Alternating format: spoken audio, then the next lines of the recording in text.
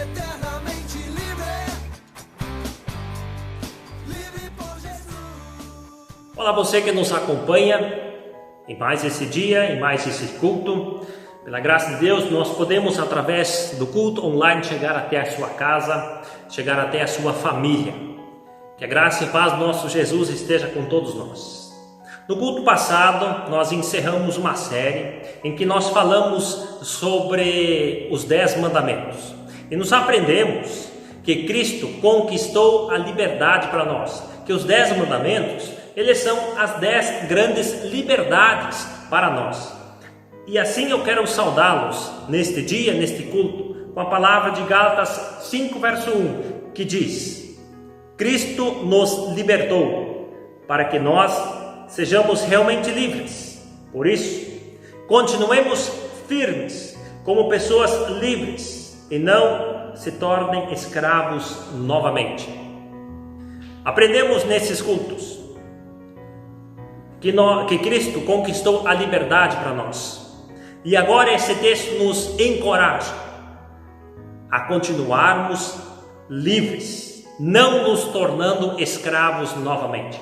Que o Espírito Santo, que a palavra de Deus nos conduza diariamente para que sejamos pessoas livres e não nos tornando escravos de ninguém, nem mesmo de nós mesmos.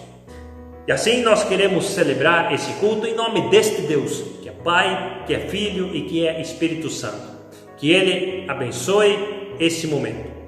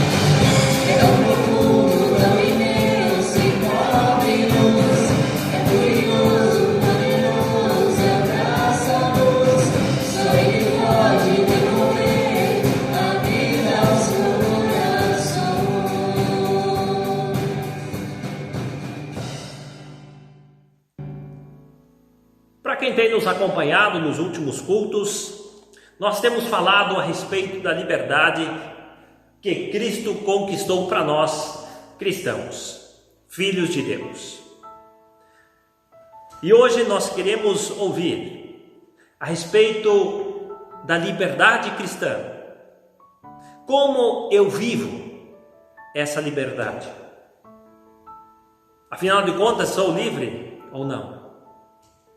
E para isso eu quero trazer o texto de Gálatas, capítulo 5, verso 13 seguintes, que nos diz assim: porém vocês, irmãos, foram chamados para serem livres, mas não deixem que esta liberdade se torne uma desculpa para permitir que a natureza humana domine vocês.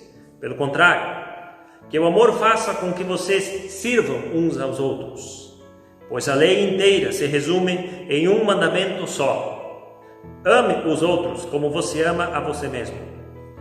Mas se vocês agem como animais selvagens, ferindo e prejudicando uns aos outros, então cuidado para não acabarem se matando. Quero dizer a vocês o seguinte: deixem que o Espírito de Deus dirija a vida de vocês e não obedeçam aos desejos da natureza humana, porque o que a natureza humana quer é contra o que o Espírito quer, e o que o Espírito quer é contra o que a natureza humana quer. Os dois são inimigos e por isso vocês não podem fazer o que vocês querem. Porém, se é o Espírito de Deus que guia vocês, então vocês não estão debaixo da lei. As coisas que a natureza humana produz são bem conhecidas. Elas são a imoralidade sexual, a impureza, as ações indecentes, a adoração a ídolos, as feitiçarias, as inimizades, as brigas, as ciumeiras, os acessos de raiva, a ambição egoísta, a desunião, as divisões, as invejas, as bebedeiras, as farras e outras coisas parecidas com essas. Repito o que já disse: os que fazem essas coisas não receberão o reino de Deus. Mas o Espírito de Deus produz o amor, a alegria, a paz, a paciência, a delicadeza, a bondade, a fidelidade, a humildade e o domínio próprio. E contra essas coisas não existe lei. As pessoas que pertencem a Cristo Jesus crucificam a natureza humana delas, junto com todas as paixões e desejos dessa natureza. Que o Espírito de Deus, que nos deu a vida, controle também a nossa vida. Até aqui. A vida cristã, ela é semelhante a uma travessia numa pinguela. Uma pinguela que cruza sobre um lugar onde se encontram dois rios contaminados. Um é o legalismo e o outro é a libertinagem. E o crente não pode perder o equilíbrio e cair num destes rios contaminados. Há dois extremos perigosos com respeito à liberdade cristã: o legalismo de um lado e a libertinagem de outro lado.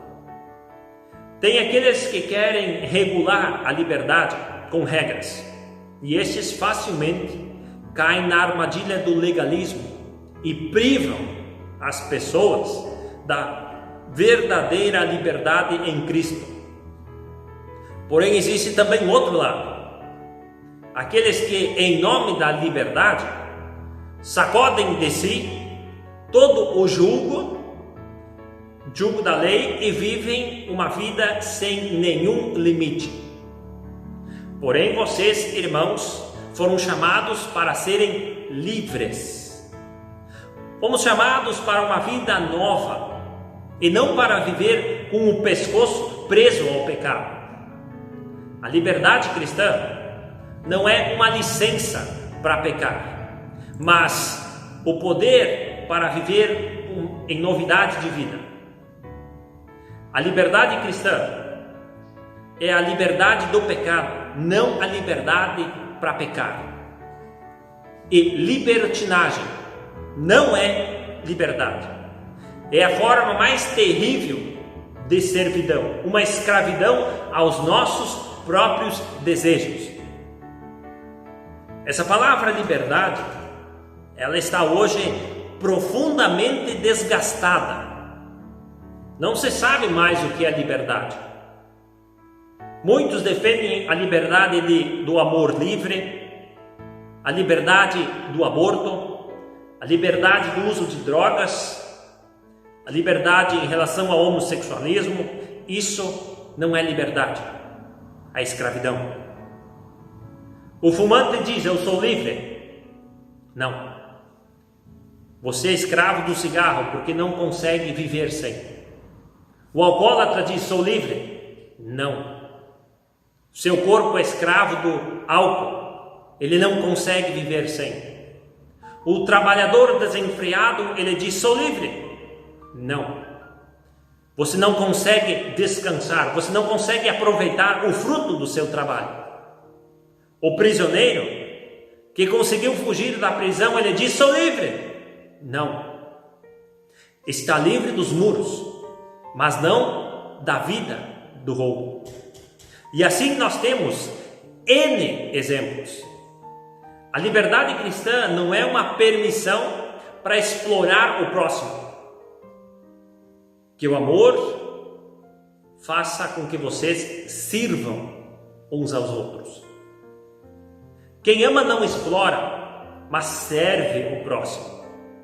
Somos livres para amar e servir, e não para explorar o nosso próximo.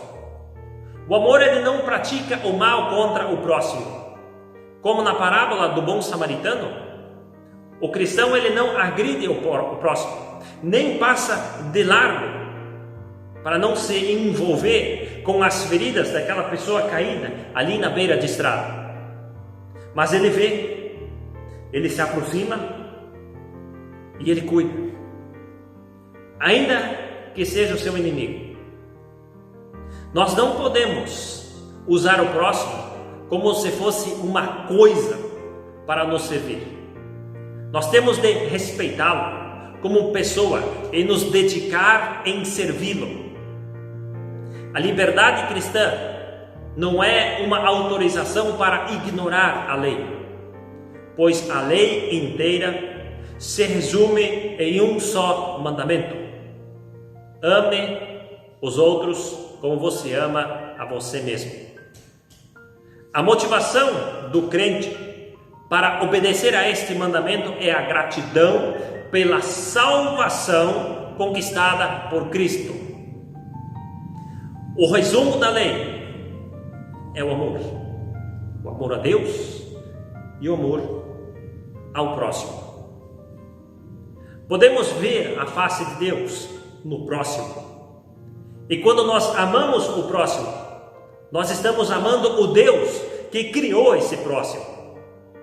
Deus resolve provar o nosso amor a Ele pelo amor ao nosso próximo, ao nosso irmão. Nosso Deus é invisível, nós não podemos ver, mas o nosso próximo nós conseguimos ver. Esse nós podemos ver. Mas se vocês agem como animais selvagens, ferindo e prejudicando uns aos outros, então cuidado para não acabarem se matando. Nós somos livres para amar e servir uns aos outros, e não para devorar e destruir uns aos outros. Nas igrejas da Galácia, os dois extremos, o legalismo e a libertinagem, eles destruíram a comunhão, a força da alma, a saúde do corpo, o caráter, e os recursos, eles foram consumidos por lutas e intrigas. Nós devemos agir como irmãos e não como feras, como cães e gatos, sempre envolvidos em encrencas. Mas vamos viver como filhos de Deus. É o espírito da vida que habita em nós, e não o espírito da morte. Morder, devorar, são atitudes destrutivas, uma conduta muito mais apropriada para animais selvagens do que para irmãos em Cristo. Nos versículos 13 até o versículo 15, Paulo ele enfatizou que a verdadeira liberdade cristã, ela se expressa no autocontrole, no serviço de amor ao próximo e na obediência à lei de Deus. E a questão agora é: como essas coisas são possíveis? E a resposta é: pelo Espírito Santo. Quando cremos em Cristo, o Espírito Santo passa a habitar em nós, dentro de nós. É o Espírito Santo no coração que nos dá a certeza da salvação, e é Ele que nos capacita a viver para Cristo e glorificá-lo. Nós podemos comparar a nossa vida cristã a um campo de batalha entre a nossa carne e o nosso espírito. O espírito e a carne têm desejos diferentes, e é isso que gera tantos conflitos. E como vencer esta batalha em nosso interior? Quero dizer a vocês o seguinte: deixem que o Espírito de Deus dirija a vida de vocês e não obedeçam aos desejos da natureza humana. A carne ou a natureza humana tem desejos ardentes e nos arrastam para longe de Deus, porque os impulsos da carne são inimizades contra Deus. Os desejos da carne levam à morte. Se nós alimentarmos nossa natureza humana, atendendo aos nossos desejos, aos desejos que estão na nossa mente, em nosso coração, nós fracassaremos como filhos de Deus. Nós somos salvos da condenação e do poder do pecado, mas não ainda da presença do pecado. No campo do nosso coração, da nossa mente, ainda se trava uma guerra, o conflito permanente entre a carne e o espírito. Elas são opostas entre si. Atender a todos esses desejos que brotam no nosso interior é entristecer, é apagar o Espírito Santo.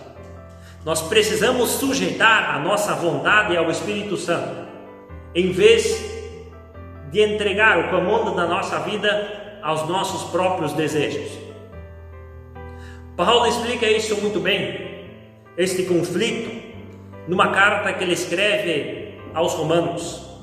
Ele diz: porque mesmo tendo dentro de mim a vontade de fazer o bem, eu não consigo fazer. Pois não faço o bem que eu quero, mas justamente o mal que eu não quero, esse eu faço. Como então nós podemos viver livres? É o Espírito Santo que nos põe em liberdade. A lei, os mandamentos de Deus, exigem de nós perfeição, e por isso eles nos condenam, porque nós não somos perfeitos. Porém, quando nós somos guiados pelo Espírito Santo, já não estamos mais debaixo da lei, e por isso nós somos livres. O Espírito Santo, ele não é apenas um vendedor de mapas para o destino da liberdade, mas é o próprio guia que nos toma pela mão e nos guia pelo caminho até a glória final. O Espírito Santo é como um guia a quem se espera que o cristão siga. Paulo passa a falar algumas coisas que a natureza humana produz em nós. E ao final, ele diz: aqueles que praticam o pecado não herdarão o reino de Deus. Paulo não está falando de um ato pecaminoso, mas sim de um hábito de pecar.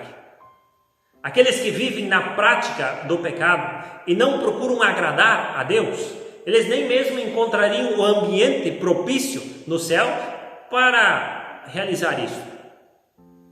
Depois, ele cita os frutos do Espírito Santo em nós. E ao final desta pequena lista, ele diz: contra essas coisas não existe lei.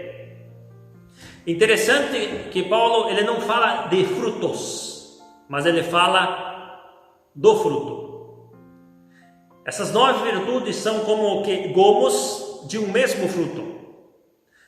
Nós não podemos ter um fruto e estar desprovidos de outro. Nós sermos bondosos, mas sermos infiéis. Sermos fiéis, mas não ter controle sobre si. É necessário que tenhamos todos esses frutos. Os salvos, eles vivem de uma forma coerente em relação a Deus. Que o Espírito de Deus, que nos deu a vida, controle também a nossa vida. Se o Espírito habita em nós, e em nós produz seus frutos, precisamos agora andar de forma coerente ao que somos. É o Espírito Santo quem guia, mas quem anda somos nós. Não pode existir incoerência na nossa vida. Agora lembro o que Paulo fala para a comunidade de Corinto acerca da liberdade cristã. Lá na primeira carta aos Coríntios, ele diz: alguém vai dizer, eu posso fazer tudo o que eu quero. Pode, sim, mas nem tudo é bom para você.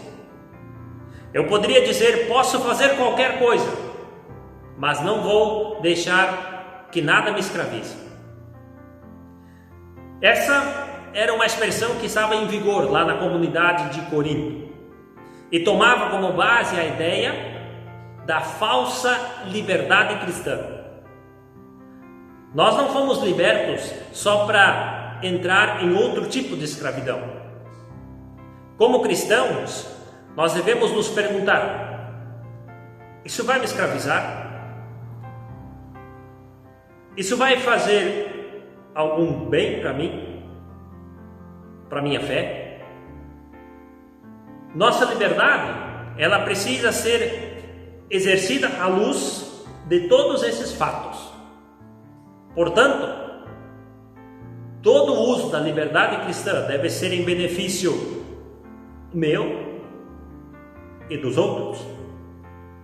Um cristão ele não deveria participar de atividades que possam parecer inocentes para si, mas que podem prejudicar os outros. Assim nós lembramos, por exemplo, do jogo de cartas, das bebidas alcoólicas, do avatar do Facebook. Eu posso fazer essas coisas? Pode, como diversão. Mas se isso servirá como pedra de tropeço para o seu irmão, então não faça. Não faça. Lembro agora em determinado momento em que eu celebrei uma Santa Ceia com vinho. E ao final da programação eu ouvi já do lado de fora: podemos beber, porque o pastor é que nos serviu o primeiro gole. A partir daquele momento eu tomei como decisão celebrar a Santa Ceia somente com suco de uva, pois estava sendo pedra de tropeço, levando outros a pecar. Sejamos, pois, livres. Que o Espírito Santo nos oriente como igreja, como família, como irmãos em Cristo, a viver a liberdade que Cristo conquistou. Que Deus nos abençoe. Amém. Antes de encerrarmos o nosso culto, eu quero ainda orar contigo. Junte suas mãos, feche os olhos, vamos falar com Deus. Bondoso Deus, nosso Pai, nesse dia ouvimos da Tua palavra, Deus. Ouvimos deste desejo de que permanecemos livres, que não venhamos a ser nem mesmo escravos dos nossos próprios desejos, mas sim que venhamos a aproveitar esta liberdade que Tu conquistou para cada um de nós. Por isso, ó Deus, hoje oramos a Ti. pedindo e intercedendo para que o Teu Espírito Santo guie nossas vidas, não nos tornando escravos, nem mesmo de nós, dos nossos desejos. Auxilie-nos a ensinar os caminhos retos ao nosso próximo, à nossa família, para que nenhum deles também seja escravos dos seus próprios desejos. Oramos a Deus que o Teu Espírito Santo nos ilumine e nos dê a clareza necessária. Por Cristo Jesus nós oramos. Amém. E ainda desejo a bênção de Deus sobre a sua vida, que o Senhor te abençoe e te guarde, que o Senhor os trate com bondade e misericórdia, que o Senhor olhe para vocês com amor e lhes dê a paz. Em nome do Pai, do Filho e do Espírito Santo. Amém.